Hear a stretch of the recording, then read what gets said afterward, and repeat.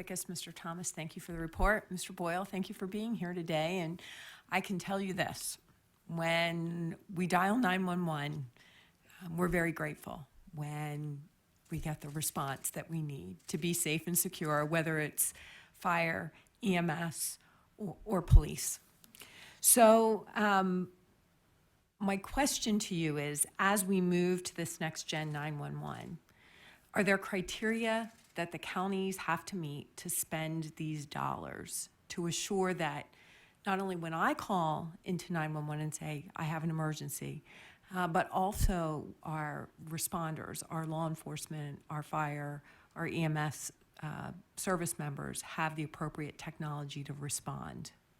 Sure. So for the Next Generation 911 project, the entire cost is going to be paid for out of the 15% statewide interconnectivity funds, so that it's not going to be a cost to the counties at all.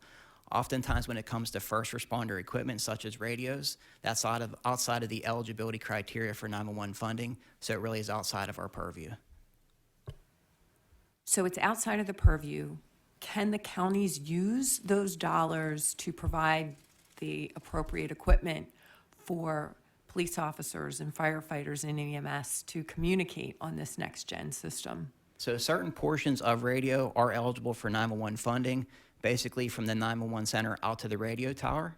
Anything beyond that would be the responsibility of the local municipalities, counties, or responding agency. And that does align with FCC guidelines for eligible uses of 911 fees.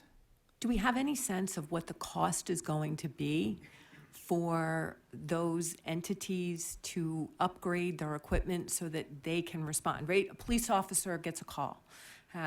There is an intruder in a building, right? They have to communicate with 911. We need them to be safe as well as they clear a building and make sure that everything is okay. So is there any parameters, assistance in that regard? So an important distinction, so the Next Generation 911 project is really focused on updating the infrastructure for 911 call delivery.